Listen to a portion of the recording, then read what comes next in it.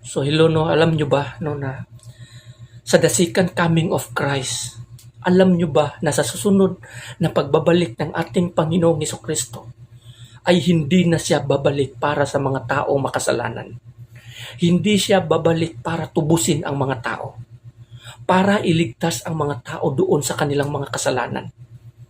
Hindi na siya babalik sa mga taong yon. Alam mo ba kung kanino siya babalik? Babalik si Kristo para doon sa mga taong nagmamahal sa Kanya. Mga taong sumusunod sa Kanya. Sa mga taong naglilingkod sa Diyos. Sumusunod sa kalooban ng Diyos. In short, holy people. Babalik si Kristo para lamang doon sa mga taong banal na mga tao.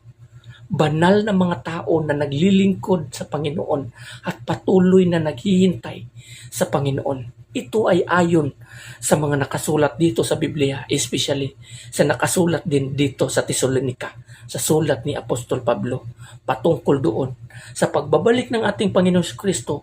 Ang unang mabubuhay muli, yung mga taong namamatay na, yung unang namamatay doon sa libingan. Babangon silang muli at sasalubungin nila si Kristo doon sa kaulapan. At tayo namang mga nabubuhay na naglilingkod sa Diyos at nagmamahal sa Diyos, kukunin ng Panginoon at sasalubungin natin si Kristo doon sa kaulapan at ipapadala ni Kristo ang kanyang mga anghel mula north, west, south, east upang ipunin ang mga taong nagmamahal sa Diyos. Mga taong banal, ipunin niya. So klarong-klaro ang sinasabi dito na si Kristo babalik para sa mga taong banal at hindi sa mga taong namumuhay sa kasamaan. So klaro po yun, ayon dito sa Biblia. Sa unang punta ni Kristo dito sa mundong ito, pumunta siya dito upang tayo ay tubusin sa ating mga kasalanan. Patuloy tayong gumagawa ng kasalanan.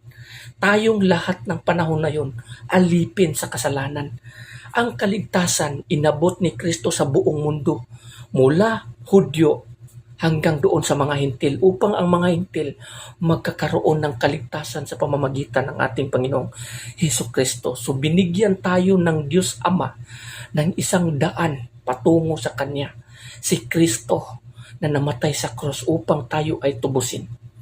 Siya ang nagiging daan na upang sa pamamagitan niya, kung tayo ay maniniwala sa sampalataya sa Kanya, magkaroon tayo ng buhay na walang hanggan sa pamamagitan ni Kristo. So siya yung daan natin patungo sa Diyos upang magkaroon tayo ng relationship doon sa Ama sa pamamagitan ng ating Panginoong Hesukristo, ang bugtong anak na ipinadala ng Diyos dito sa lupa noong unang panahon. So magbabalik siya ayon sa kanyang sinabi. Walang nakakaalam kahit sino, anghel or anak, kundi ang Ama lamang kung kailan babalik si Kristo. The second coming. Babalik siya for His people, for the holy people. So pagsikapan natin na hindi tayo maiiwan pagdating ng panahon na yan. Dahil sa pagbabalik ni Kristo, kukunin lamang niya yung mga taong hinirang, yung mga taong pinili, yung mga taong appointed. At maiiwan ang mga taong hindi kumikilala sa Diyos. Yung mga taong patuloy na gumagawa ng kasamaan. So pagsikapan natin na hindi tayo maiiwan. Kasi nga kung sa panahon na yan, sa pagbabalik ng ating Panginoong Hesukristo, tapos tayo ay maiwan, napakalaking sayang or pagkakataon na ating sinayang. Kasi nga, yung panahon na ibinigay ng Diyos sa atin, hindi natin ginamit sa tama, sa paglilingkod sa Diyos. At dahil dito, biglang dumating ang ating Panginoong Hesukristo, maiiwan tayo. Yan yung tinatawag nilang rapture. Maiiwan tayo. Paano kung maiiwan tayo? Anong mangyayari sa atin? Hindi tayo makakapasok sa kaharian ng Diyos. Sa pagbabalik ni Kristo, kukunin niya ang mga taong nagmamahal at sumusunod sa Kanya at naglilingkod sa Kanya. Doon sa gingharian, doon sa Kanyang kaharian, dadalhin niya.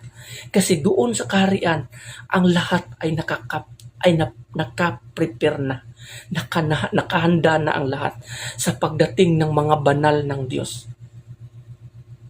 Sa mga banal ng Diyos, sa pagdating lahat ay nakahanda na.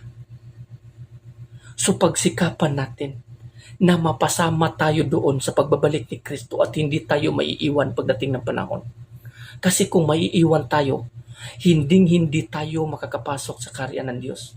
At dahil dito, ang magiging parte ng buhay natin, magiging mundo natin ang impyerno.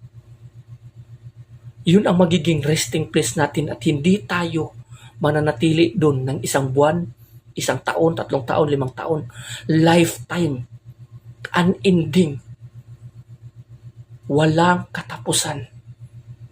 So sasayangin mo ang pagkakataon dito sa mundong ito na sandali lamang ang buhay na ito na mapalayo ka sa Panginoon at pipiliin mo yung temporaring kaaliwan dito sa mundong ito. So lagi nating tatandaan na pagsikapan nating mabuti na sa pagbabalik ni Kristo mapasama tayo. Na kailangan isa tayo sa salubong na sasalubong ni Kristo doon sa kaulapan.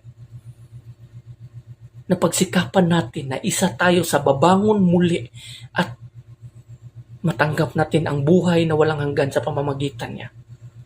Kasi dito sa mundong ito, walang kwenta ang buhay na ito. Without Christ, without serving God, we are useless and everything is useless. Yan ang katotohanan. So pagsikapan natin na makapasok tayo sa kaharian ng Diyos.